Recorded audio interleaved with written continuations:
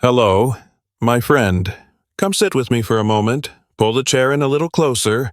Let whatever you're holding tonight rest on the floor beside you. If there's a warm cup nearby, coffee, tea, anything, wrap your hands around it and breathe. Just breathe. You've been carrying more than most people ever notice. Anyone would be tired.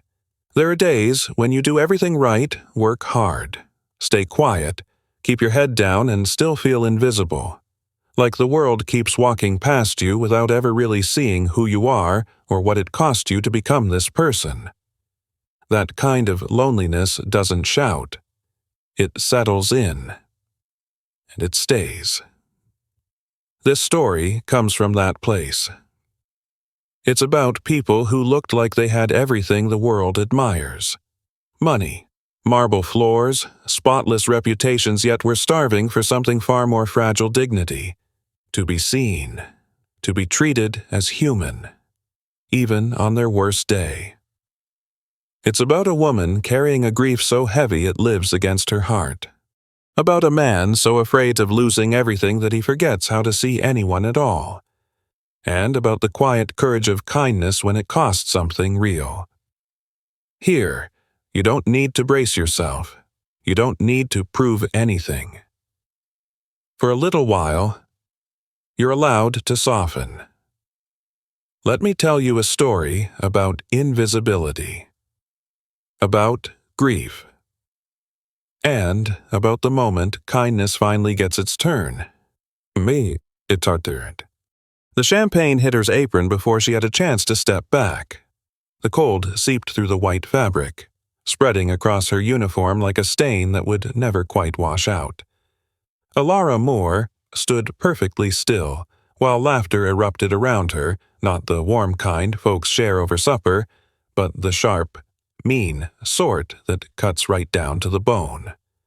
The woman in the designer dress, Margaret Holbrook, wife of some state senator, diamonds too big and voice too loud, covered her mouth in mock surprise. Oh dear, clumsy girl. I suppose that is why you are serving drinks instead of drinking them. More laughter. A man in a suit that probably cost more than Alara made in a year raised his glass like he was toasting her humiliation. Somewhere behind her, somebody whispered something cruel, and the whole circle snickered like schoolyard bullies. But Alara did not flinch. She did not apologize, or scramble to clean herself up, or drop her eyes. I expect.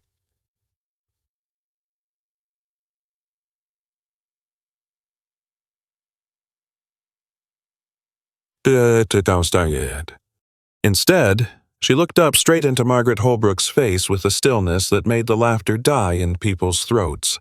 No anger, no tears, just a quiet, steady look that said, I see exactly what you are.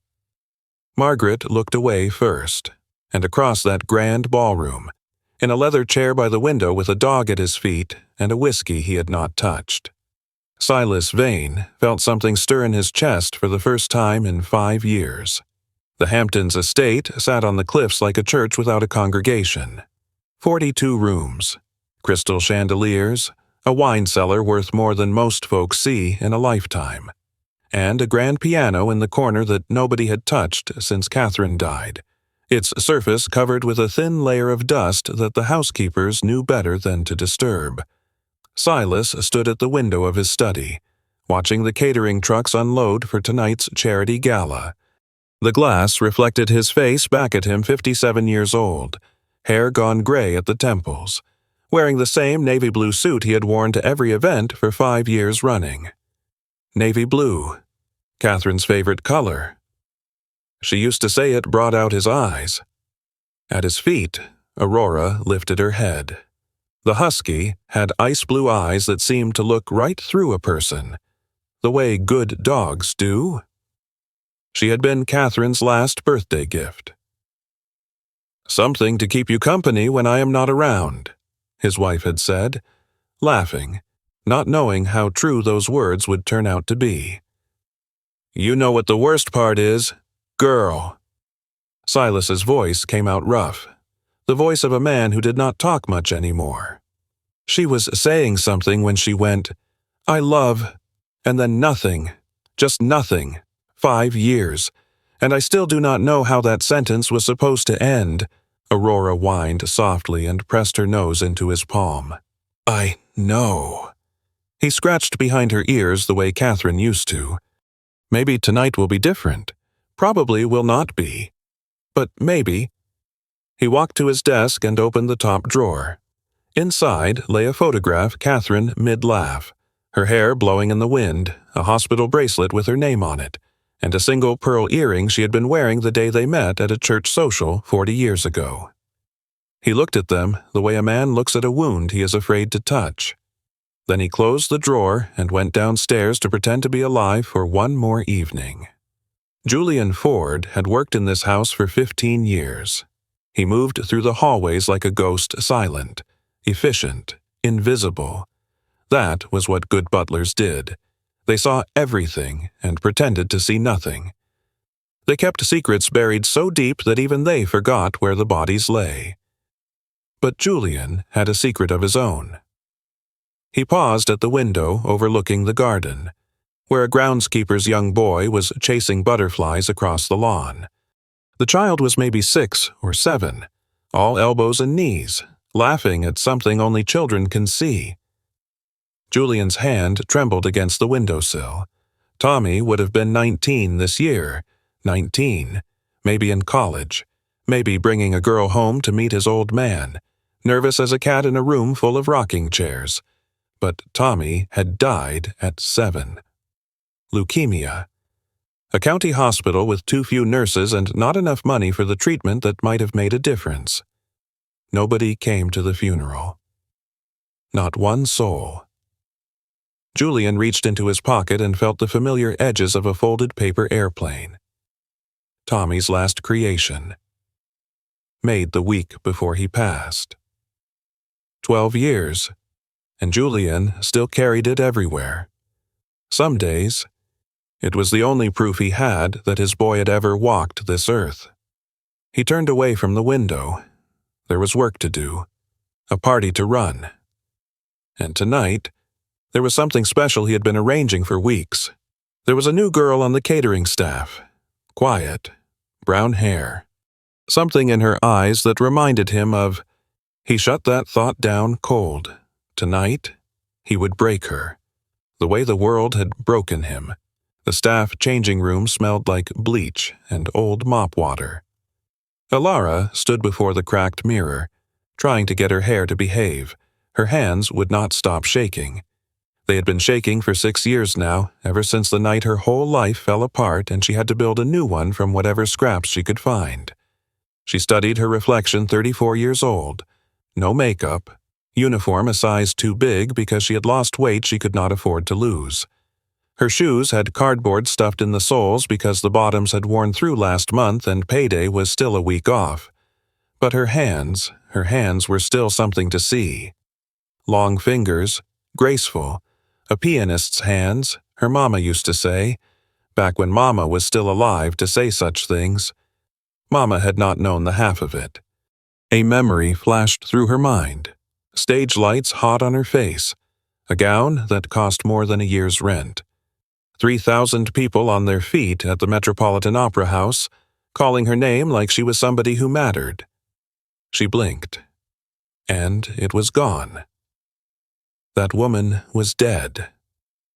Alara had killed her 6 years ago and buried her in a grave of silence and invisibility and jobs that asked nothing except that she show up and keep her mouth shut.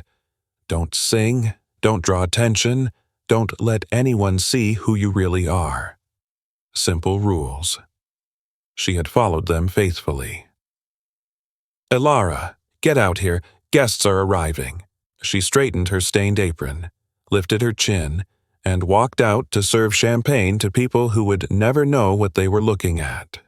By 9 o'clock, the Vane estate was drowning in money.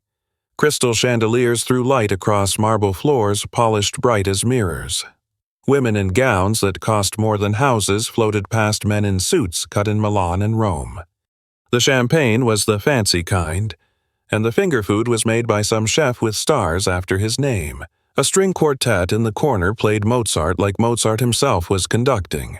And in the middle of it all, Silas Vane sat in his usual spot by the window, Aurora at his feet, watching the whole show with all the enthusiasm of a man waiting for his own funeral. "Quite a turnout, sir," Julian said, appearing at his elbow the way he always did. 123 souls. Silas did not bother looking up. 3 more than last year. "A testament to your reputation, sir." "A testament to their greed." Silas finally turned to look at his butler, this man who had served his family since before Catherine passed, who had stood beside him at the funeral and never once offered empty comfort. "They are not here for charity, Julian. They are here to be seen, to rub elbows with the right people, to prove to their friends that they matter." He gestured at the crowd with his untouched whiskey glass. "Not one of them would notice if I dropped dead right here. They would just step over me to get to the shrimp cocktail." Julian's face stayed smooth as glass. "Perhaps, sir, though I suspect Miss Aurora would notice." At the sound of her name, the husky lifted her head and thumped her tail once against the floor. "She is the only honest creature in this room," Silas said quietly. "Present company included." If the word stung, Julian did not show it. He simply nodded and melted back into the crowd, vanishing the way only the best servants can. Silas went back to his watching. That was when he saw her. She was just a waitress. That was the first thing he noticed. Nothing special about her uniform, same black dress and white apron the whole catering crew wore. Nothing remarkable about her face, pleasant enough, but not the kind of pretty that turned heads at parties like this one. She moved through the crowd the way all good servers move, quiet, quick, easy to overlook, but something made him look twice. Maybe it was the way she carried herself back straight, chin level, the bearing of someone who had once commanded attention and spent years trying to unlearn it. Maybe it was those hands, those long, elegant fingers wrapped around a champagne glass like they belonged on piano keys instead. Maybe it was her eyes, dark and deep and carrying something heavy she was not sharing with anyone. Whatever it was, he could not look away. And then Margaret Holbrook happened. He watched the whole thing from across the room. Margaret's complaint about the champagne being warm. The glass, accidentally, tipped. The cold liquid splashing across the waitress's apron while laughter rose around her like a flock of crows. But what came next, that was what made Silas sit up straight for the first time in 5 years. She did not cry, did not apologize, did not scurry away with her tail between her legs the way Margaret clearly wanted. She just looked at Margaret with eyes that held no anger, no fear, no begging for mercy. Just a quiet acknowledgement, "I see exactly what you are." And Margaret, loud, brash, dripping with diamonds, looked away first. Something shifted in Silas's chest. A small thing, like a door that had been rusted shut suddenly giving way an inch. Aurora felt it too. She lifted her head, ears pricked forward, and stared at the waitress across the room with an intensity she had not shown since Catherine's passing. "Julian," Silas said, his voice cutting through the noise. The butler appeared at his elbow like magic. "Sir, that waitress, the one Margaret just humiliated, what is her name?" Something flickered across Julian's face, surprise, maybe, or something darker before his professional mask slid back into place. "Alara Moore, sir. New hire, been with the catering company about 3 months. Anything else? Nothing remarkable, sir. Keeps to herself, does her work, does not complain." Silas watched Alara calmly return to her duties. Champagne tray balanced perfectly despite the stains spreading across her apron. "Nothing remarkable," he repeated softly. "I wonder. Here you go. Sweetheart, take this." Alara turned to find an old waiter holding out a clean napkin. He was maybe 75, shoulders stooped from decades of carrying trays, hands that trembled slightly as he extended the offering. But his eyes were kind, the way eyes get when a person has seen too much meanness and decided to go the other direction. "For the stain," he said, "will not come all the way out, but it will help some." She took it. "Thank you. You did not have to." "Name's Henry Walton." He leaned in closer, dropping his voice low. 40 years I have been doing this work. 40 years of watching folks like that treat folks like us like we are part of the furniture. You know what I have learned." Aria shook her head. "Don't let them see you sweat. That is what they want. They want to know they got under your skin." He tapped his temple with a gnarled finger. "You keep that chin up. You hear me? The good Lord sees everything, and he keeps better records than any of these people ever will." Despite everything, Aria felt the ghost of a smile tug at her lips. "How long have you worked for the Vanes?" "Since before young Mr. Silas inherited the place. Knew his daddy. Knew his granddaddy, too. Good people, mostly. Quiet types. Old money they do not need to show off." He nodded toward Margaret's circle. "Not like that crowd over there." "And Mr. Vane, is he good people?" Henry's weathered face softened. "He used to be, before his wife passed on. These days, I reckon he's just trying to remember what that even means." Aria looked toward the corner where Silas Vane sat with his dog, the empty eyes. The untouched drink. The husky pressed against his legs like she was the only thing keeping him from floating away. "I know that look," she thought. "I see it every morning in my own mirror." "Back to work now," Henry said gently. "And remember, chin up." He shuffled off into the crowd of silk and diamonds, leaving Aria with a damp napkin and the first real kindness anyone had shown her in longer than she could remember. At exactly 9:47, the string quartet stopped playing. Conversations died mid-sentence. Champagne glasses froze halfway to lips. 123 pairs of eyes swiveled toward the small stage at the far end of the ballroom, where Silas Vane was doing something he had not done in 5 years. He was standing up to speak. Aurora followed him up the steps, her nails clicking against the floor, and the sound was the only noise in the suddenly silent room. "Most of you know why I stopped hosting these events after Catherine passed," Silas said. His voice was flat, almost mechanical, the voice of a man who had forgotten how to feel. "She was the one who loved parties, the music, the noise, the connection. I was just the fellow who signed the checks." Nervous laughter rippled through the crowd. Silas did not acknowledge it. "But there is something I need to tell you all, something I have not spoken of in 5 years." The silence grew teeth. "Catherine used to sing to me, every morning, while she watered her flowers. O mio babino caro, Puccini. She had the worst voice you ever heard, could not carry a tune if her life depended on it, but it was the most beautiful sound in the world to me." His hand moved to his chest, almost without him knowing it. "I have listened to orchestras since she passed. Opera singers, Grammy winners, every kind of professional musician you can imagine. And not one of them, not a single one, has made me feel anything at all." His eyes swept across the room and landed impossibly, inevitably, on Aria. "You?" The word dropped into the silence like a stone into still water. Aria went rigid. Every head in the room turned to stare at her, the waitress with the champagne-stained apron and the cardboard shoes and the secret she had been running from for 6 long years. The waitress with eyes that have seen too much.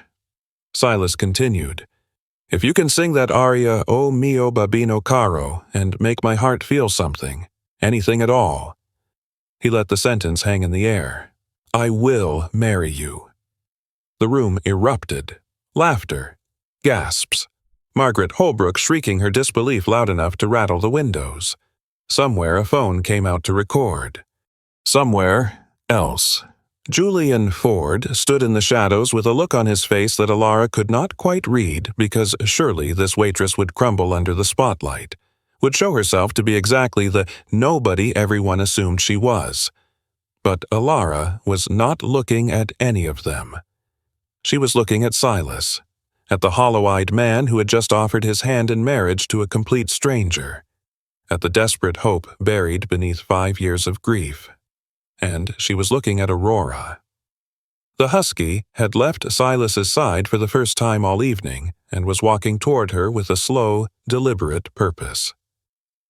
Henry appeared at her elbow. "You don't have to do this, sweetheart. Whatever he is offering, it is not worth—" "Yes," Alara said quietly, "it is." She handed him her tray, untied her ruined apron, and started walking toward the stage. 6 years of silence, 6 years of hiding, 6 years of pretending to be nobody at all of it was about to end.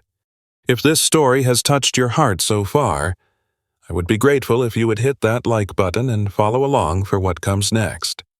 My grandmother always said good stories are best shared with good company, so drop a comment and tell me where you are listening from tonight. The first note came out broken. Alara's voice cracked on the opening syllable, a sound like glass splintering against stone. Somewhere in the crowd. Margaret Holbrook let out a delighted gasp.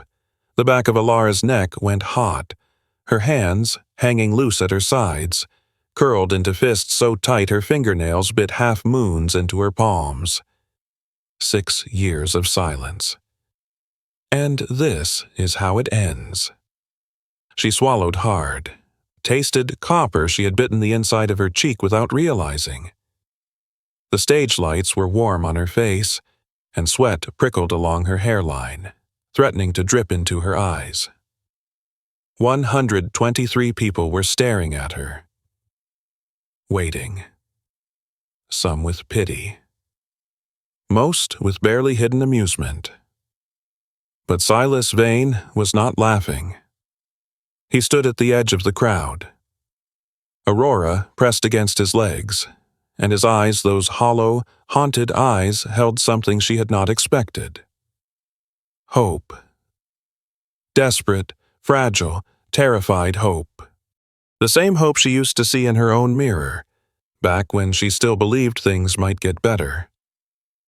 Alara closed her eyes, blocked out the chandeliers, the silk gowns, the whispered jokes at her expense, blocked out the memory of another stage, another audience, another life that had gone up in flames. She thought instead of a hospital room 8 years ago, a stranger's name on a donor list, Charlotte Vane, the decision that had taken 3 heartbeats to make. If I can save one person, maybe my life will count for something. She thought of a little boy's grave she visited every Sunday, white daisies on gray stone. No child deserves to be forgotten. She thought of her mama, who had died still believing her daughter was a star. And then she stopped thinking altogether. "Oh mio babino caro." The note rose from somewhere deep in her chest, pure and clear and aching with 6 years of tears she had never let herself cry. It filled the ballroom the way morning light fills a dark room, sudden, complete, undeniable. Margaret Holbrook's champagne glass slipped from her fingers and shattered on the marble floor. Nobody noticed. Nobody moved. Nobody breathed. And Aurora, the husky, who had not made a sound since her mistress died, lifted her head toward the ceiling and began to howl. The sound twined with Alara's voice, 2 broken creatures singing together, and Silas Vane pressed his hand against his chest as something he had believed was dead stirred beneath his ribs. In the shadows, near the kitchen door, Julian Ford's face had gone the color of ash. This was not supposed to happen. Who was this woman? The last note faded into nothing. For 3 heartbeats, the ballroom held its breath. The chandeliers hung still overhead. The champagne bubbles seemed to pause mid-rise in their flutes. 123 souls stood frozen between what they had expected and what they had just witnessed. Then the applause began. It started with Henry, the old waiter, in the back, his weathered hands clapping together with a sharp crack that bounced off the marble walls. Others joined in. The sound swelled and rolled through the room like summer thunder, and suddenly everyone was on their feet, champagne forgotten, phones abandoned, faces slack with something that looked almost like wonder. Alara stood motionless on the stage, her chest heaving, sweat cooling on her temples. Her throat burned raw. Her legs trembled beneath her like they might give out any second. She could not remember the last time she had sung full voice, and her body was making her pay for it now, but she barely noticed any of that, because Silas Vane was walking toward her. The crowd parted without being asked, bodies shifting aside the way water moves around a stone. Aurora padded beside him, those ice-blue eyes fixed on Alara with an intensity that raised goosebumps along her arms. The dog's tail hung low but loose, not fearful, not aggressive, something else entirely. Recognition. Silas stopped at the foot of the stage, up close. Alara could see the wet tracks on his weathered cheeks, could see the way his jaw worked as he struggled to find words that would not come. His hand reached into the inside pocket of his navy suit jacket. Alara's breath caught in her throat. He pulled out a photograph, yellowed at the edges, creased down the middle, worn soft from years of handling. He held it up for her to see, a security camera image, grainy, slightly blurred. A woman walking through a hospital corridor, one hand pressed against her belly, her face half turned toward the lens. Alara's stomach dropped straight through the floor. She knew that corridor, knew that woman. That woman was her. 8 years ago, Silas said, his voice rough as sandpaper, barely louder than a whisper. Someone saved my sister's life. Anonymous donor. Partial liver transplant. The doctors told us Charlotte had weeks left, maybe days. His fingers tightened on the photograph, crinkling the worn edges. And then this woman showed up out of nowhere, gave away part of herself to a complete stranger, refused to leave her name, Ataiti, refused any payment, just vanished like smoke.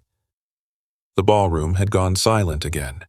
A different kind of silence this time, not anticipation, but pure shock. I have spent 8 years looking for her. Silas's eyes bored into Alara's. Hired private investigators, offered rewards. Searched every hospital record I could get my hands on, legal or otherwise. He stepped closer, close enough that she could smell his cologne sandalwood and something older, sadder underneath. Not to pay her back. Money cannot repay something like that. I just wanted to say 2 words.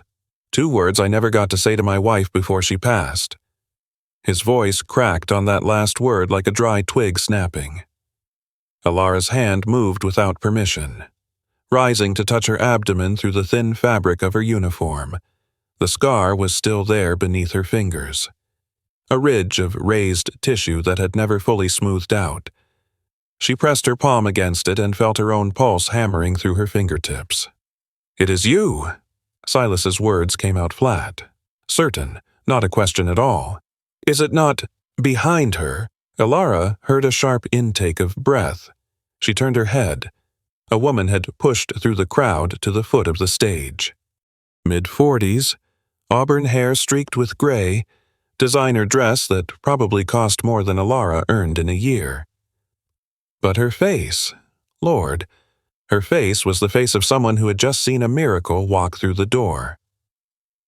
"Charlotte," Silas said softly. "This is her. This is the woman who saved your life." Charlotte Vane's hand flew to her mouth, her eyes the same shape as her brother's, holding the same depth filled with tears that spilled down her cheeks without shame or restraint. "I carry your picture with me," Charlotte whispered through her fingers. "Every single day for 8 years, I pray for you every night before I close my eyes. I never knew your name, never knew your face, but I prayed for you anyway. Every night, thanking the Lord for sending you to me." Alara's knees buckled underneath her. She would have fallen right there on the stage, but Silas was already moving, his hand gripping her elbow, steadying her with a strength that caught her by surprise. Aurora pressed against her other leg, a warm, solid weight anchoring her to the floor when everything else seemed to be spinning away. "Why?" Silas asked. The single word carried 8 years of searching, 8 years of wondering, 8 years of questions that had no answers. "Why would you give part of yourself to someone you had never even met?" Laura looked at him, at Charlotte, at the room full of strangers witnessing the most private moment of her whole life. "Because I had just lost everything," she heard herself say. Her voice sounded far away, like someone else was speaking through her mouth. "My career, my good name, my reason to get out of bed in the morning." She swallowed hard against the lump in her throat. "I saw her name on the donor list. Charlotte Vane, needed a partial liver transplant, compatible blood type, and I thought to myself—" She trailed off. Charlotte stepped closer, her face hungry, desperate for the rest. "I thought maybe if I could save just one person, my life would still mean something. Even if nobody ever knew about it but me." Charlotte made a sound half sob, half laugh, and suddenly her arms were wrapped tight around Alara, pulling her into an embrace so fierce it squeezed the air right out of her lungs. She smelled like expensive perfume and salt tears and something achingly warm, like a mother's kitchen on a winter morning. "Thank you," Charlotte whispered against her ear, the words tumbling out between sobs. "Thank you, thank you, thank you." Alara's arms rose slowly, mechanically, and wrapped around the woman whose life she had saved 8 years ago in a hospital room far from here. Her eyes burned. Her throat closed up tight. Nobody had held her like this since her mama's funeral. Over Charlotte's shaking shoulder, she spotted Silas watching them both. His face had shifted. The hollow emptiness was still there underneath, but something new had joined it, something fragile and newborn and terrified of its own existence. And just past him, half hidden in the shadow of a marble column, Julian Ford stood frozen solid. His face had gone gray as old dishwater. His hands hung limp and useless at his sides. His eyes, fixed on Alara with an expression she could not quite figure out, held something that looked almost like horror. The man who had set her up for public humiliation was watching his whole plan collapse in real time. But that was not what sent ice water flooding through Alara's veins. It was the other thing lurking in his eyes. The thing hiding underneath the horror. Recognition. Julian Ford knew something now. Something he had not known 5 minutes ago.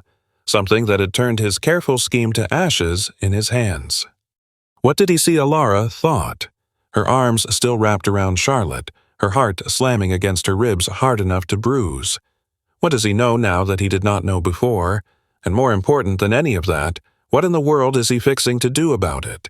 Julian's hands would not stop shaking. He stood in the service corridor behind the kitchen, his back pressed flat against the cold tile wall, his breath coming in short, ragged gasps that echoed off the narrow walls.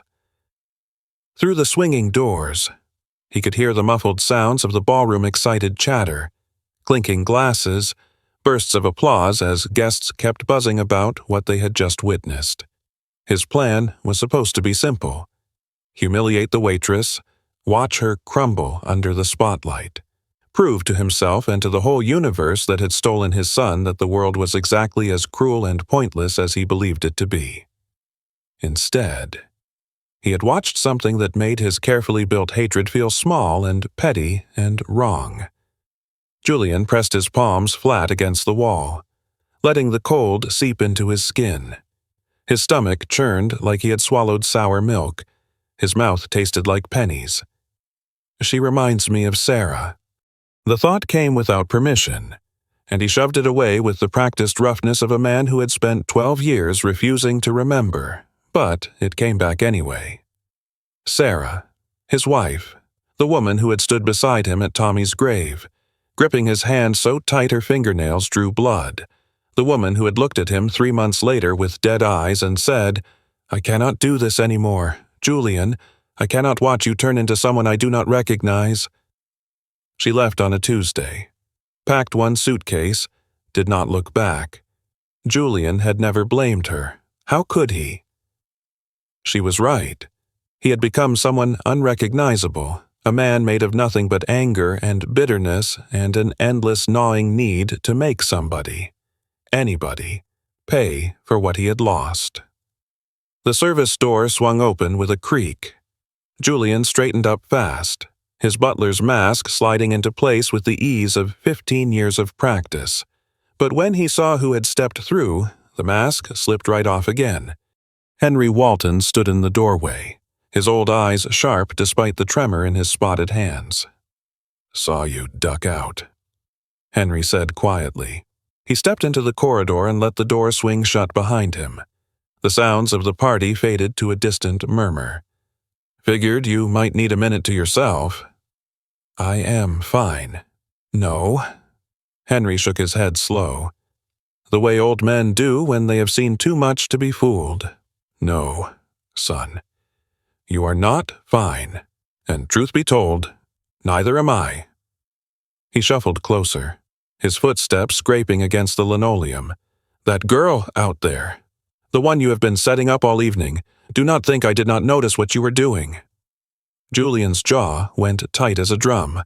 "I do not know what you are talking about." "Sure you do." Henry stopped an arm's length away, his weathered face creased with something that might have been pity. "I have been working these parties for 40 years. Julian, you think I do not see what goes on behind the curtain? The way you put her on the worst tables. The way you made sure she would be standing right in Margaret Holbrook's crosshairs. The way you let slip about Mr. Vane's little challenge so half the room would be watching when she failed." Julian said nothing, his hands curled into fists at his sides. "What I cannot figure," Henry continued, "is why. What did that poor girl ever do to you? She did not do anything. Then why would you? Because she could take it."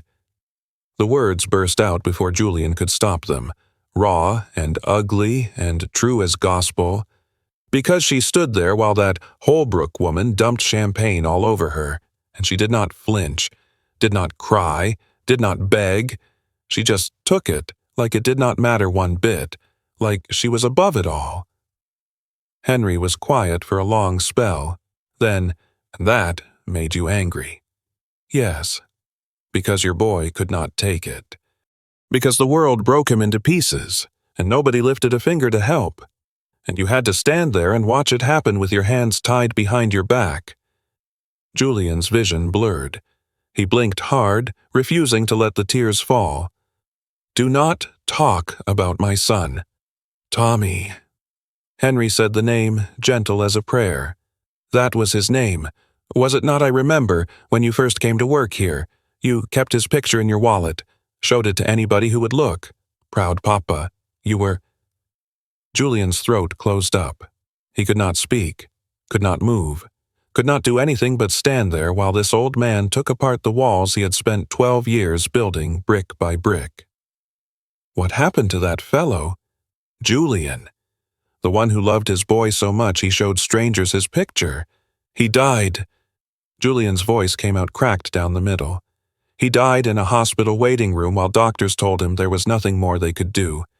He died watching his son's little coffin get lowered into the ground with nobody there to mourn but him and a wife who could not stand to look at his face anymore. Henry nodded slow. And the man who took his place, the one setting up innocent young women for public shame, who is that fellow? Julian had no answer to give. The service door swung open again. Both men turned at once. Aria stood in the doorway, her champagne-stained apron gone, her hair falling loose around her shoulders. She looked smaller somehow, younger, stripped of whatever armor she had worn up on that stage. Her eyes found Julian's, held them steady. "Mr. Ford," she said quietly, "Mr. Vane would like to see you in his study, right now." Julian's stomach dropped clear through the floor. Now. Now. She stepped aside and held the door open. Her face gave nothing away, no anger, no satisfaction, no accusation. Just a calm, steady patience that reminded him, Lord help him, of Sarah on her best days. Julian straightened his jacket, smoothed down his hair, arranged his features into the professional mask he had worn for 15 years running. But as he walked past Alara, she spoke again so soft that only he could hear the words. He knows. 2 words. Just 2 little words. Julian's step faltered. His heart slammed against his ribs like a trapped bird. He knows. Knows what exactly? About the champagne setup, about Margaret, about the whole campaign of small cruelties Julian had orchestrated to break this woman in front of witnesses. Or something worse than all of that put together. Julian kept walking, his legs carrying him forward on nothing but habit, while his mind raced through every possibility. Each one more damning than the last. The corridor leading to Silas's study had never seemed so long, and with every step he took, Julian Ford felt the weight of 12 years of buried grief pressing down on his shoulders, threatening to crush him flat before he even reached the door. He knows. But what exactly did Silas Vane know, and what was the man fixing to do about it? The study smelled like old leather and whiskey that had never been touched. Julian stood 3 feet inside the door. Hands clasped behind his back in the posture he had held for 15 years of faithful service. His fingers were slick with sweat. He could feel his pulse throbbing in his temples. A steady drumbeat counting down to something he could not name. Silas sat behind the mahogany desk. Aurora curled at his feet like a gray and white shadow. The brass lamp cast sharp angles across his face, carving hollows beneath his cheekbones, turning his eyes into dark pools that gave away nothing at all. Between them, on the polished surface of the desk, lay a single sheet of paper. "Close the door." Julian obeyed. The click of the latch sounded loud as a gunshot in the quiet room. "Sit down." "I prefer to stand, sir. That was not a request." Julian sat. The leather chair creaked beneath his weight. His spine refused to touch the backrest, holding him stiff and upright, braced for whatever was coming. Silas picked up the paper, turned it around so Julian could see what was printed there. A photograph, security footage, time-stamped from earlier that evening. The image showed Julian standing in the service corridor, leaning close to one of the catering managers, his mouth open in the middle of saying something. "My head of security pulled this about 20 minutes ago," Silas said. His voice was flat, controlled, the voice of a man who had learned long ago to keep everything locked up tight inside. "Would you care to tell me what you were discussing with Mr. Patterson?" Julian's throat squeezed shut. "Party logistics, sir." "Try again." "I am not sure what you mean." "You told him to put Miss Moore on Margaret Holbrook's section." Silas set the paper down with slow, deliberate care. "You told him to make certain she would be carrying the champagne tray when Margaret called for service. You told him, and this part interests me most of all, that the timing needed to be perfect." Julian could not speak. There was nothing to say. The proof sat right there between them, printed out in grainy black and white. 15 years. Silas leaned back in his chair. Aurora raised her head, watching Julian with those unsettling pale eyes. 15 years you have worked for this family. You were here when my father passed on. You were here when I married Catherine. You stood beside me at her funeral and never once offered me empty comfort. His jaw tightened like a fist. I trusted you with everything I have. Julian, everything. And this is what you do with that trust. Sir, I can explain. Why? The word cracked like a whip across the room. Why would you set out to publicly humiliate an innocent woman? What possible reason could you have for doing such a thing? Julian's carefully built walls began to crumble. It started in his hands, a tremor that spread up through his arms, into his shoulders, down through his chest until his whole body was shaking like a leaf in a storm. His breath came faster and shallower. The room seemed to shrink around him, pressing in from every side. "You want to know why?" His voice came out strangled, foreign to his own ears. "You really and truly want to know? I am asking, because you have everything."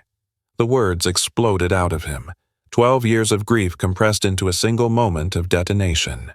This house, these fancy parties, a sister who lived when the doctor said she would die, a wife who loved you until her very last breath. He was on his feet now, though he did not remember standing up. And my boy, my Tommy. He died in a county hospital because I could not scrape together the money for the treatment that might have saved his life. 7 years old, 7 years old, and the doctors looked me in the eye and said there was nothing more they could do. And I had to go home and tell my wife that our son was going to die because we were too poor to save him. Silas did not move, did not blink. Nobody came to his funeral. Julian's voice cracked wide open. Tears burned in his eyes, and this time he could not blink them back. Not one single soul. We buried him in a pine box because that was all we could afford. And my wife, he choked on the word like it was made of broken glass. My wife left me 3 months later because she could not stand to look at my face anymore. Every time she saw me, she saw the man who could not save their boy. He reached into his pocket with trembling fingers, pulled out the paper airplane, held it up like a holy relic. Tommy made this for me, the week before he died. It is the only thing I have left of him, the only proof in this world that my son ever drew breath. Aurora whined softly at her master's feet. Silas's hand dropped down to rest on her broad head, an automatic gesture of comfort that seemed to happen without any thought behind it. "So, you went after Miss Moore," Silas said slowly, carefully. "Because she reminded you of what you lost. Is that it?" "She reminded me of Sarah." Julian's legs gave out beneath him. He sank back into the chair. The paper airplane clutched against his chest like it was the only thing keeping his heart from stopping altogether. The way she carries herself, the way she does not fight back when folks mistreat her. Sarah was just like that. Quiet and dignified, even when everything around her was falling to pieces. He laughed then, a bitter, broken sound that scraped out of his throat like gravel. I wanted to break her, the same way the world broke me. I wanted to prove that nobody, not one single person, could go through what I went through and come out whole on the other side. Silence filled the study like fog rolling in off the water. The grandfather clock in the corner ticked away the seconds, each one louder than the last.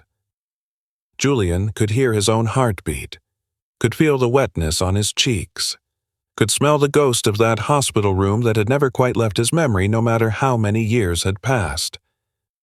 And, instead, Silas said quietly, you found out she had already survived something terrible, something that should have destroyed her completely.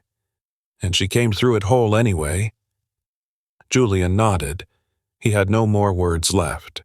They had all drained out of him along with the anger and the hatred and the desperate need to make somebody else hurt the way he hurt every single day. Silas rose from his chair, walked around the desk with slow, measured steps, stopped directly in front of Julian and looked down at him with an expression that was impossible to read. I buried my wife, Julian. I know what loss feels like. I know what it is like to wake up every morning and have to remind yourself that breathing is still worth the trouble. His voice dropped low, but I never, not once in 5 years, tried to destroy another person just to make myself feel better about my own pain. I know. Julian's voice was barely a whisper now. I know. Sir, I am sorry. Lord knows I am sorry. Sorry is not going to be enough. Not for something like this. Julian closed his eyes, waited for the words he knew were coming next. the dismissal, the end of the only life he had left. But the study door opened before Silas could speak. Alara stood in the doorway, her face pale as milk, her eyes fixed on Julian with an expression he could not begin to understand. "I need to tell you both something," she said. "Right now." She stepped into the room, pulled the door closed behind her. "Mr. Ford," her voice held steady, but Julian could see her hands trembling at her sides like aspen leaves in a breeze. "Your son, Tommy. He is buried at St. Michael's Cemetery. Is he not? Section C. Row 7, plot 23. Small headstone made of gray granite. The inscription reads, 'Beloved Son,' and lists his favorite things underneath: paper airplanes, chocolate ice cream, and the color blue." Julian stopped breathing altogether. "How?" The word scraped out of him like rust. "How could you possibly know that?" Alara's eyes glistened bright with unshed tears. Her chin trembled, but her voice stayed steady as a rock. "Because I have been visiting his grave every single week for 6 years running. I am the one who leaves the white daisies." Julian's chair went over backward with a crash. He lurched to his feet so fast his vision went dark around the edges. Aurora scrambled up from the floor, nails scraping against the hardwood. Silas stepped back with one hand raised, as if trying to steady a man who was already falling apart at the seams. "No!" Julian's voice came out raw and shredded, like something that had been dragged over broken glass. "No, that is not possible." Alara did not move from her spot by the door. Her hands hung loose at her sides, fingers curled slightly inward, trembling with every breath she drew. "Section C, row 7, plot 23, she repeated quietly. "There is a crack running through the bottom left corner of the headstone. It happened during a hard freeze about 3 winters back. I noticed it in February and telephoned the cemetery office to report it, but the lady who answered said repairs were not covered under the basic maintenance plan." Julian's knees buckled beneath him. He caught himself on the edge of Silas's desk, palms slapping hard against the polished wood. Breath coming in great heaving gulps that shook his whole frame. The paper airplane slipped from his fingers and drifted down to land at his feet like a wounded bird coming to rest. 6 years, Alara continued. Her voice stayed level, but Silas could see the muscles working in her jaw, could see the shine of moisture building up in the corners of her eyes. "Every Sunday afternoon, without fail, I walk past St. Michael's on my way home from my second job cleaning rooms at the Marriott over on 5th Street. She swallowed hard. "The first time I noticed his grave, it was buried under dead leaves. Nobody had come to visit in months, maybe longer than that." "Stop." Julian's voice cracked right down the middle. "Please, just stop. I did not know who he was. Still do not know much about him except what is carved on that stone." Alara took one step forward, then another. "But I know what it feels like to be forgotten. To walk through your days believing that nobody in the whole world would notice if you just disappeared. And I made myself a promise standing there in that cemetery." Her voice wavered for the first time. "I promised that no child would ever feel that way. Not if I could do something about it. Not even after they were gone." Julian made a sound. Not a word, something older and rawer than language, dragged up from a place so deep inside him that he had forgotten it existed. His shoulders heaved. His fingers clawed at the desktop, leaving pale scratches in the dark varnish. Silas watched in silence, one hand resting on Aurora's head. The dog pressed against his leg, whining softly, her tail tucked low between her hind legs. "The daisies," Julian managed at last, forcing the words out between ragged breaths. "White daisies. Every week, every single week for 6 years. He raised his head. His face was wet, his eyes swollen and red, his carefully maintained composure shattered beyond any hope of repair. "I thought, Lord, help me. I thought it must be someone from the hospital. A nurse who remembered him. Some soul from our old church who knew the family back before everything fell apart. I am sorry." Alara's voice dropped to barely more than a whisper. "I should have left a note, should have tried to find out who he belonged to. But I was scared that if I did, whoever it was might tell me to stop coming. And I could not," she pressed her lips together tight. "I could not stop. It was the only thing left that made me feel like my life still counted for something." Julian stared at her across the dim room. This woman he had set out to destroy. This stranger who had been honoring his dead boy's memory while he was busy plotting her public humiliation. "You gave part of your own body to save Miss Charlotte's life," he said slowly, the words thick and clumsy on his tongue. "You gave away a piece of yourself for someone you had never even met. And then you spent 6 years laying flowers on my son's grave." His hands let go of the desk. He straightened up, though his legs still shook beneath him like they might give out any second. "Why? Why would you do any of that for strangers?" Alara met his gaze and held it steady. "Because I lost everything once. My whole career, my good name, the man I thought was going to be my husband, the entire life I had spent 20 years building up from nothing." She lifted one hand and pressed her palm flat against her chest, right over her heart. "And when I had nothing left, when I was standing on a bridge at 3 a.m. trying to work up the courage to let go, I made a promise to myself." Silas went very still. Aurora's ears flattened back against her skull. "I promised that if I made it through that night alive, I would spend whatever time I had left making sure nobody else ever felt as alone as I did right then, even if that just meant putting flowers on a little boy's grave that nobody else remembered, even if it meant giving away part of my liver to a woman whose name I could not pronounce." Alara's hand dropped back to her side.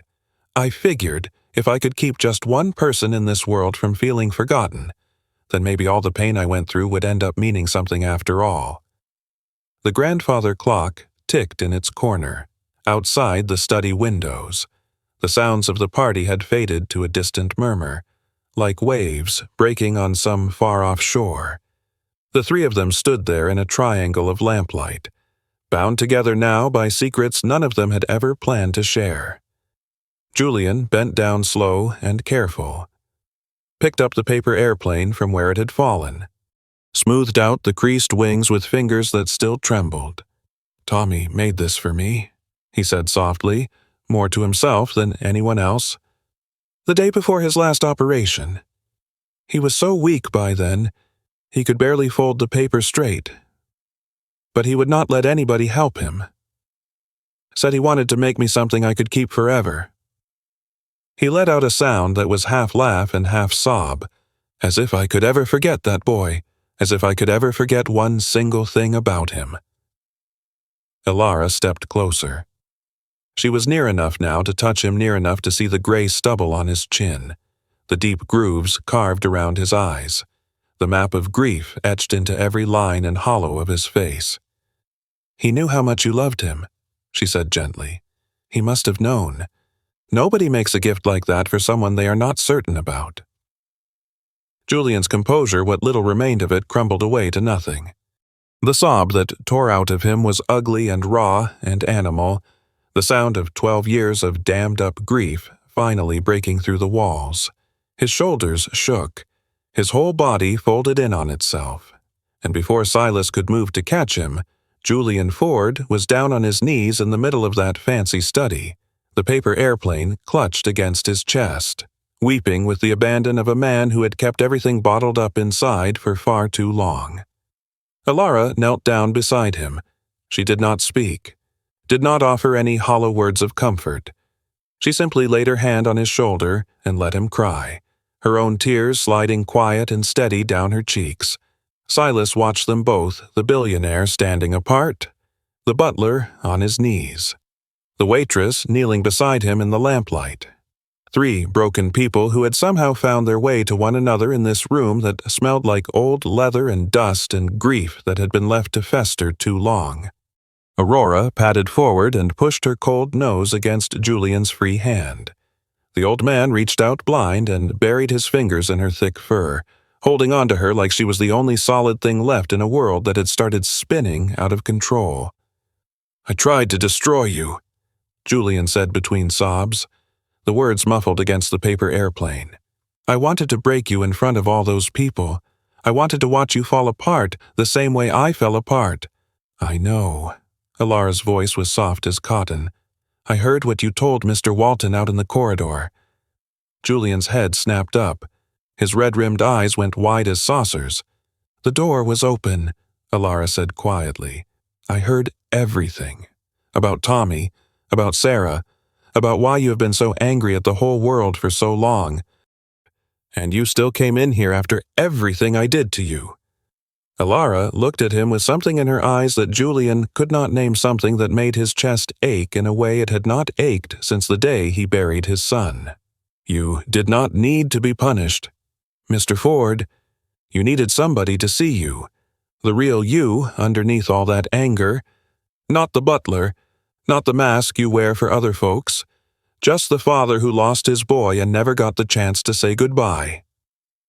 Julian's face crumpled up again like a wad of old paper. He pressed his forehead against the paper airplane in his hands, his whole body trembling. "I am sorry," he whispered. "Lord, forgive me. I am so sorry. I am so very sorry." Alara looked up and found Silas watching them from across the room. Their eyes met and held.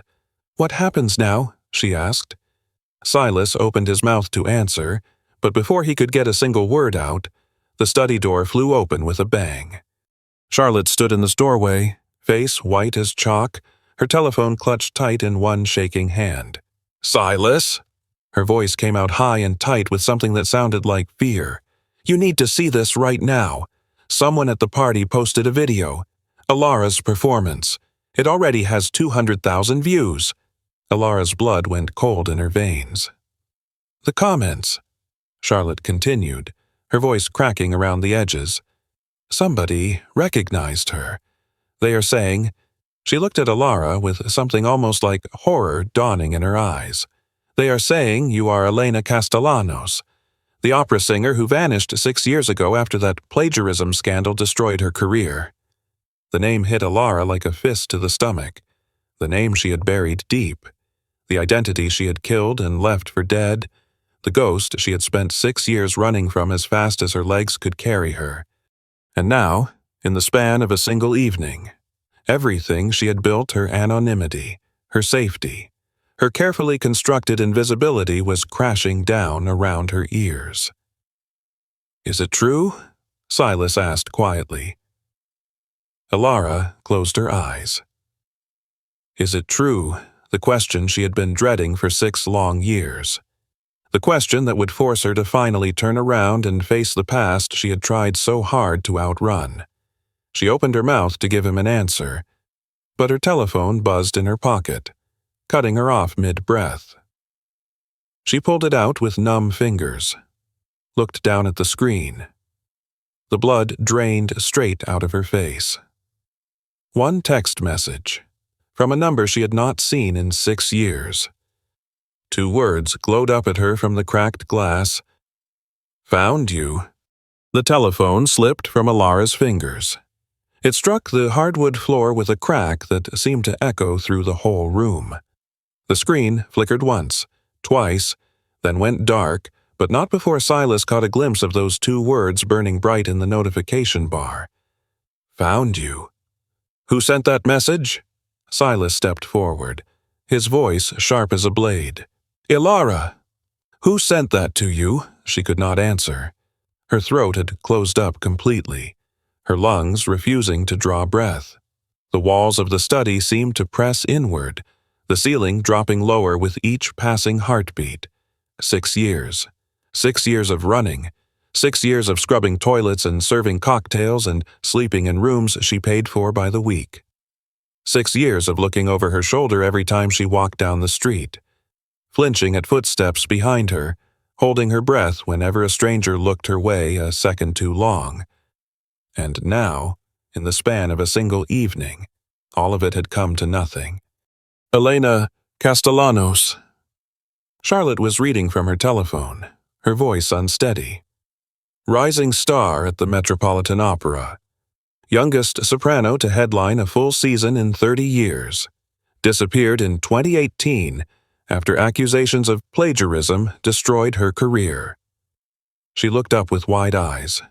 The comments say her mentor, some composer named Victor Ashford, claimed she had been stealing his work, passing off his compositions as her own for years. That is a lie. The words scraped out of Alara's throat like rusty nails. Her hands had curled into fists at her sides, fingernails digging deep into her palms. Victor did not write those pieces.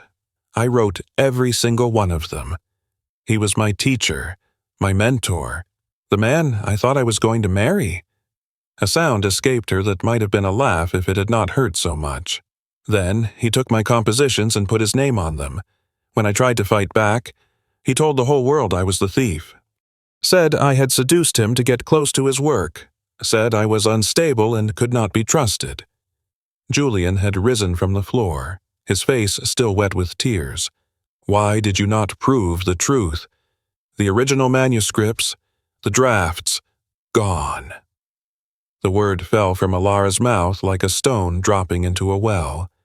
He had a key to my apartment, access to my computer, everything. By the time I understood what was happening, every scrap of evidence had been destroyed or changed. She wrapped her arms tight around herself. Suddenly, cold despite the warmth of the study, I had nothing left? No proof, no witnesses. Just my word against his, and he was Victor Ashford Grammy winner, darling of the classical music world, personal friend to senators and society people. Who was going to take the word of a 28-year-old nobody from New Jersey? The grandfather clock ticked. Outside. Faint laughter drifted up from the ballroom, the party still going on. Everyone down there oblivious to the earthquake happening up here. The bridge. Silas's voice came out quiet. You mentioned standing on a bridge at 3 a.m. Alara flinched like he had struck her. The Williamsburg Bridge.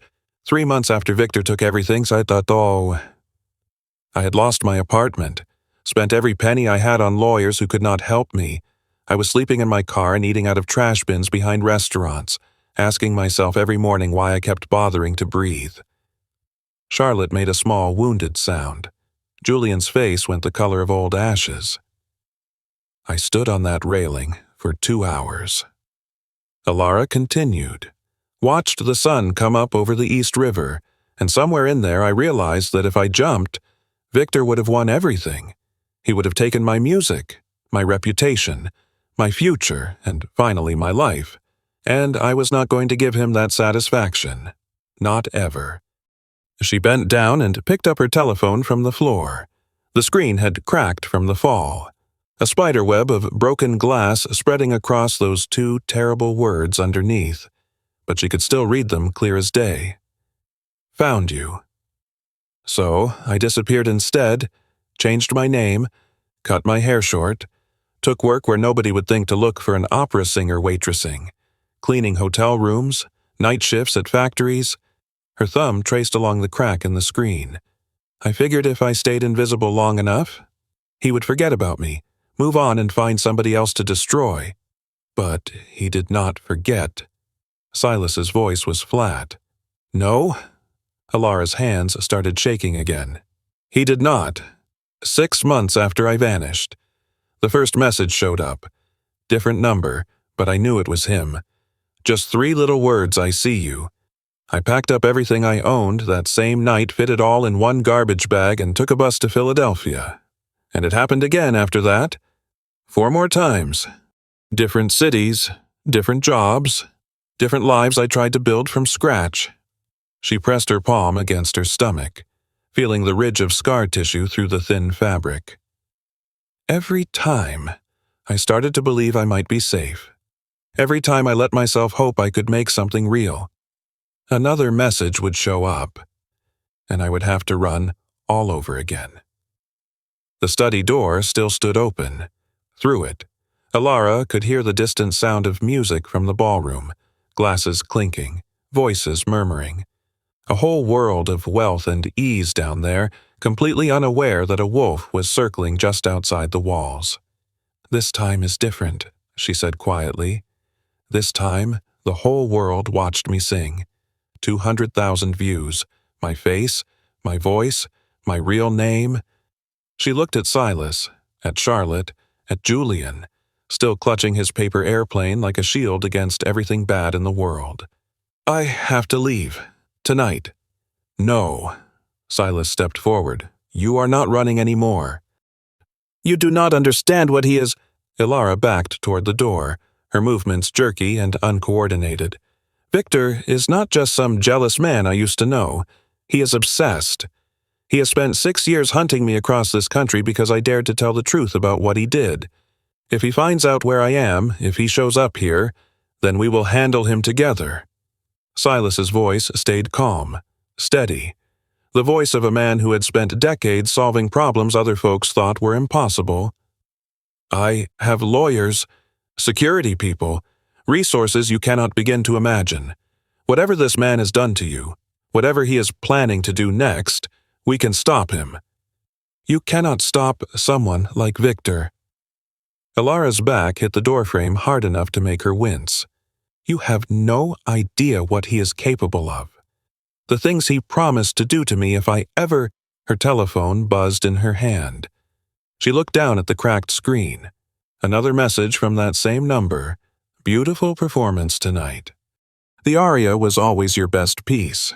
Remember when you sang it for me in my studio, before you turned on me?" Alara's knees buckled. She grabbed the doorframe to keep from falling, her vision swimming, her breath coming in short, panicked gasps that did not seem to bring any air. Another buzz. "I am coming to collect what belongs to me." "Alara!" Silas was beside her now, his hand on her arm, his voice cutting through the fog of terror. "Whatever he is saying, whatever threats he is making, you are not alone anymore. Do you understand me? You are not alone." She looked up at him. This man she had met only hours ago, this grieving widower who had offered to marry a stranger just to feel something again. This wealthy man promising to protect a waitress from a monster he had never laid eyes on. "Why?" The word came out broken in pieces. "Why would you help me? You do not know who I am. You do not owe me a thing. You saved my sister's life." Silas's grip tightened on her arm. "You stood up in my ballroom and made my heart start beating again for the first time in 5 years. You have spent 6 years putting flowers on the grave of a little boy you never even knew." His jaw went tight. "That makes you family as far as I am concerned. And I protect my family." Aurora pressed warm against Alara's legs. Julian moved forward, his tear-streaked face set hard with something that looked almost like purpose. Charlotte stepped up to stand beside her brother, telephone still clutched white-knuckled in her hand, a united front, a wall of people standing between her and the darkness that had been chasing her for 6 long years. Alara's telephone buzzed a third time. She made herself look down at the screen, her hand shaking so badly she could hardly read the words. "Check your email. I sent you a little gift. A preview of what is coming." Her fingers felt numb as she opened the email application. One new message sat waiting in her inbox. The sender address nothing but a string of random letters and numbers. She tapped it open with a trembling finger. A photograph filled the screen. Her apartment. The tiny studio she had rented 3 months ago under a fake name, paid for in cash. Chosen because it had no connection to anything in her old life. The photograph showed her narrow bed, her nightstand with the chipped paint, the small framed picture of her mama that she kept on the pillow beside her every night, and lying in the center of the bed, arranged with careful deliberation, was a single white rose. Victor Ashford's signature. The flower he used to leave on her pillow after every performance. back when she had been fool enough to believe he loved her. He was not just watching from a distance anymore. He had been inside her home. 3 days passed like a fever that would not break. Silas had his security team sweep Alara's apartment the morning after the gala. They found 3 tiny cameras hidden in places she never would have thought to look, one tucked behind the bathroom mirror, one wedged into the smoke detector above her bed, one buried in the stuffing of the second-hand armchair she had bought at a thrift store 2 months back. Victor had been watching her for weeks. Maybe longer. Alara stood in the corner of the Vane Estates guest bedroom, arms wrapped tight around herself, while Charlotte walked her through the precautions they had put in place: new locks on every door, a security guard stationed at the front gate around the clock. Her apartment cleared out, and her belongings moved here, to this room with its heavy curtains and solid oak door and windows that looked out over 3 acres of manicured lawn where nobody could approach unseen. "The lawyers filed a restraining order this morning," Charlotte said, her voice steady despite the dark circles under her eyes. "Federal level, if he comes within 500 feet of you, he goes straight to jail." Alara nodded.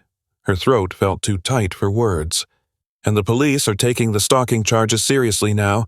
The cameras, the messages, the photograph of the rose." Charlotte reached out and squeezed her hand. "You have evidence this time. Real evidence that he cannot explain away or destroy. Evidence. After 6 years of running, 6 years of being called a liar and a thief and worse, she finally had proof that Victor Ashford was exactly what she had always said he was. But the knowledge brought no comfort, only a cold certainty that this was not over, that Victor would not stop just because some judge told him to stay away. Men like Victor never stopped. The morning of the 4th day, he proved her right. Alara was sitting in the sunroom with Aurora curled at her feet when the security guard's voice crackled through the intercom. "Mr. Vane, there's a man at the front gate. Says his name is Victor Ashford. Says he is here to see Miss Moore." The blood drained from her face. Silas was on his feet before the guard finished speaking. "Do not let him through. Call the police. I want him arrested for violating the restraining order." "Sir, he says he just wants to talk. Says he will wait at the gate until she agrees to see him. Says he will wait as long as it takes." Alara's hands gripped the arms of her chair so hard her knuckles went white. Aurora lifted her head, ears pricked forward, a low growl building in her throat. "Tell him," Silas began. "No." Alara's voice came out stronger than she expected. "Let him in." Silas spun to face her. "Absolutely not. This man has been stalking you for 6 years. He broke into your home. He planted cameras in your bathroom." "I know what he did." Alara stood up, her legs unsteady beneath her. "And I am done running from him. I have been running for 6 years, and it never stopped him. It never even slowed him down." She met Silas's eyes. "If I do not face him now on my terms, in a place where I have people standing beside me, I will be running for the rest of my life." Charlotte stepped forward. "Alara, you do not have to do this." "Yes, I do." Alara pressed her palm against her chest, feeling her heart hammering beneath the bone. "I need to look him in the eye and show him that I am not afraid anymore, even if I am terrified right down to my bones." Her chin lifted. "I need him to know that he did not break me, that everything he took from me, everything he destroyed, none of it was enough to make me stop." Silas studied her face for a long moment. Then he turned to the intercom. "Let him through. Bring him to the conservatory. And make sure our security team is positioned where they can see everything that happens." The conservatory was a glass-walled room at the back of the estate, filled with potted palms and flowering orchids and the soft trickle of a small fountain in the corner. Alara chose it deliberately. Glass walls meant no privacy for Victor, meant witnesses could watch from every angle, meant he could not twist the truth later and claim she had said things she did not say. She stood in the center of the room, hands clasped in front of her, and waited. The door opened. Victor Ashford walked in like he owned the place. He was older than she remembered, 63 now, silver hair swept back from a high forehead, a face that still appeared in magazines and concert programs and the society pages of newspapers across the country. He wore a charcoal suit that probably cost more than she earned in 6 months, and his smile was the same smooth, confident smile that had made her believe he loved her all those years ago. "Elena," his voice was honey over broken glass. "My darling girl, you have no idea how worried I have been." Alara did not move, did not speak. "When you disappeared, I thought the worst." Victor took a step closer.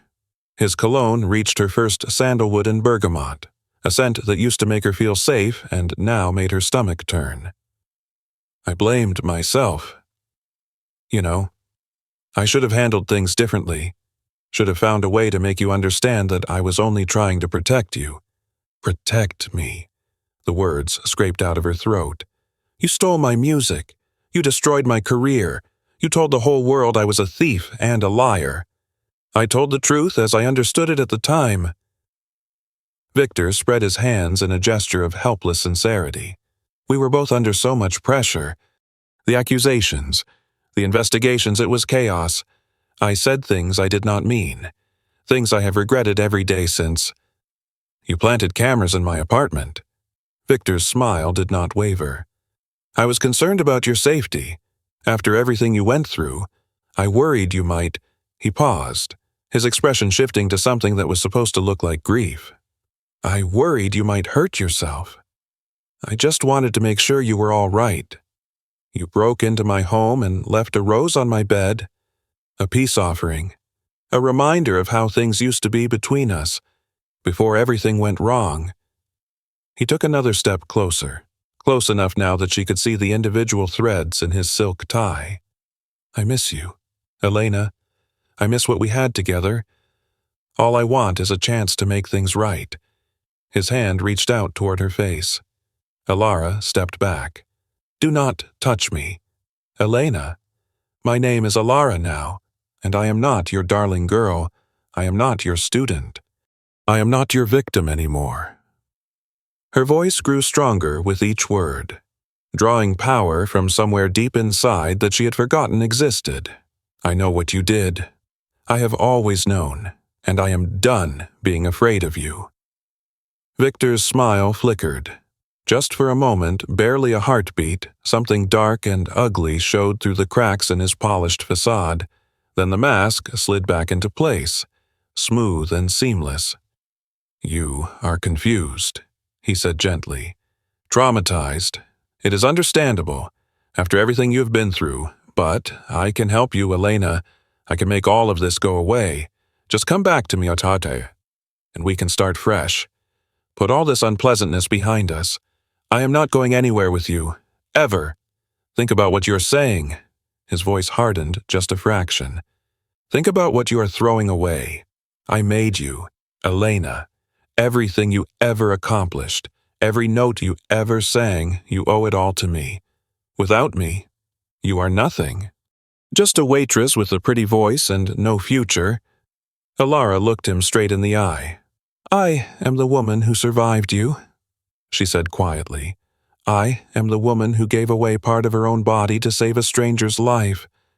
I am the woman who spent 6 years putting flowers on a little boy's grave, because nobody else would." She took a step forward toward him, not away. "And I am the woman who is going to tell the whole world exactly what kind of man you really are." Victor's mask cracked wide open, his face twisted into something feral and vicious, the charming facade stripped away to reveal the predator underneath. His hand shot out and grabbed her wrist, fingers digging in hard enough to leave bruises. "You ungrateful little— Get your hands off her!" Silas stepped through the conservatory door, followed by Charlotte, Julian, and Henry.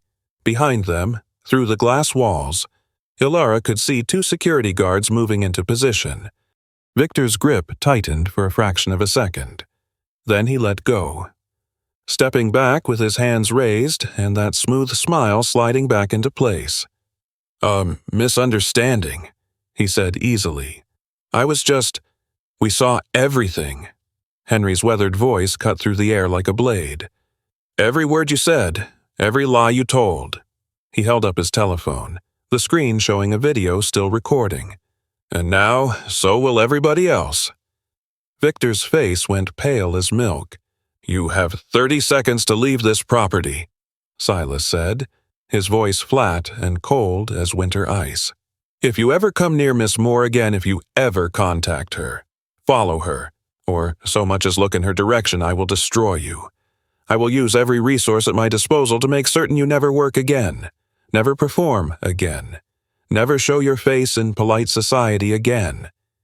He stepped closer, and something in his eyes made Victor flinch backward. I buried my wife 5 years ago. Held her hand while she took her last breath. After that, there is nothing left in this world that frightens me. Especially not a pathetic little man who steals music from women and then blames them for his own crimes. Victor's mouth opened, closed, opened again. No words came out. Julian stepped forward, still clutching his paper airplane. His tear-stained face set hard with purpose.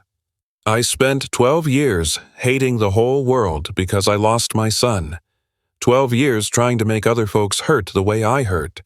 And you know what I learned? He shook his head slowly. It does not help. It does not bring anybody back. It just turns you into something ugly and mean and small. His eyes met Victor's. You still have a choice, mister. You can walk away right now and spend whatever years you have left trying to become a better man. Or you can keep doing what you have been doing and let that ugliness eat you alive from the inside out. Victor looked from face to face. Silas, Charlotte, Julian, Henry, and finally, Alara, standing straight and tall in the center of them all, her bruised wrist cradled against her chest but her eyes burning with a fire he had never seen there before. He turned and walked out without another word. Alara watched him go. Watched the security guards escort him down the driveway. Watched the front gate swing open and then closed behind him. Watched until his car disappeared around the bend in the road and there was nothing left but empty pavement and morning sunlight. Her knees gave out. Charlotte caught her before she hit the floor, easing her down onto one of the wrought iron chairs, making soft, soothing sounds while Alara shook and could not seem to stop. It is over, Charlotte whispered, stroking her hair. It is finally over. But even as the words washed over her, even as she let herself be held and comforted and told that everything would be all right. Alara's telephone buzzed in her pocket. She pulled it out with numb fingers. A news alert from the New York Times. The headline made her breath stop in her chest. Breaking, multiple, former students accuse Grammy. Winning composer Victor Ashford of decades-long pattern of theft and abuse. She was not alone. She had never been alone. 6 months later, the Tommy Ford Foundation opened its doors. The ceremony took place on a Saturday afternoon in late May, when the dogwood trees along the Hamptons coastline had burst into clouds of pink and white. 300 guests filled the renovated community center, a building that had once been an abandoned warehouse, now transformed into a place where families who could not afford medical treatment for their sick children would find help waiting with open arms. Alara stood backstage, her fingers pressed against the cool fabric of her dress. Navy blue, Catherine's favorite color. She had chosen it deliberately, and when Silas saw her come down the stairs that morning, something shifted in his eyes, not sadness exactly, but recognition. A small nod that said more than words ever could, through the gap in the curtains. She watched the crowd settling into their seats. Charlotte sat in the front row, dabbing at her eyes with a handkerchief even though nothing had happened yet. Beside her, Henry Walton clutched a photograph of his late wife Martha in his weathered hands. He was wearing a new suit, still had the price tag tucked inside the collar because he could not quite believe it belonged to him. And, at the podium, adjusting the microphone with fingers that no longer trembled, stood Julian Ford. "Thank you all for coming today," Julian said, his voice carrying steady through the speakers. "I am not much for public speaking. Spent most of my life trying to be invisible, truth be told, but some things are too important to stay quiet about." He paused. His hand dropped down to touch the paper airplane resting on the podium beside his notes. "My son Tommy died 12 years ago. He was 7 years old, loved chocolate ice cream and paper airplanes and the color blue." His voice caught, then steadied. "I spent a long time being angry about what happened to him. Angry at the world. Angry at myself.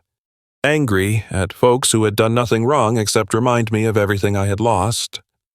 Alara pressed her hand harder against her dress, feeling her own heartbeat through the fabric. "Then I met a woman who taught me something I had forgotten, that kindness does not need a reason, that grace does not keep score, that sometimes the people who save us are the ones we least expect." Julian looked up, found her eyes through the gap in the curtain. "Ladies and gentlemen, please welcome the woman who will be performing at today's dedication. Some of you know her as Elena Castellanos. Some know her as the waitress who changed everything with a single song. But I know her as the person who gave my son dignity when nobody else would." The curtain parted. Alara stepped into the light. 300 faces turned toward her. 300 pairs of eyes filled with expectation and hope. 6 months ago, that attention would have sent her running. 6 months ago, she would have done anything to disappear. But that woman was gone now. The woman who walked to center stage had testified before a grand jury about Victor Ashford's crimes, had watched him led away in handcuffs while 14 other women stood beside her, their voices finally heard, had given interviews to newspapers and television programs, telling her story until it stopped feeling like a wound and started feeling like a weapon. Victor was awaiting trial on charges of fraud, theft, and criminal stalking. His Grammy had been taken back. Her compositions, the ones he stole, had been officially credited to their rightful creator. And Alara Moore had been offered a position at the Metropolitan Opera. She had not accepted yet.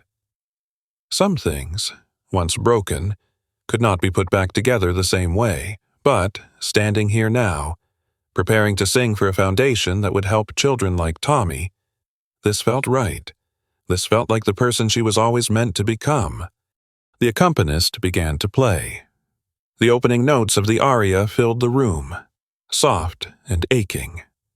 Alara closed her eyes, drew a breath, and sang, not for the audience, not for the cameras, not even for herself. She sang for Tommy, the boy who loved paper airplanes. She sang for Catherine, who filled her husband's mornings with music even though she could not carry a tune. She sang for Charlotte, who had carried a stranger's photograph for 8 years. She sang for Henry, who spent 40 years being kind in a world that rarely rewarded it. She sang for Julian, who learned that grief did not have to be a prison. And she sang for Silas.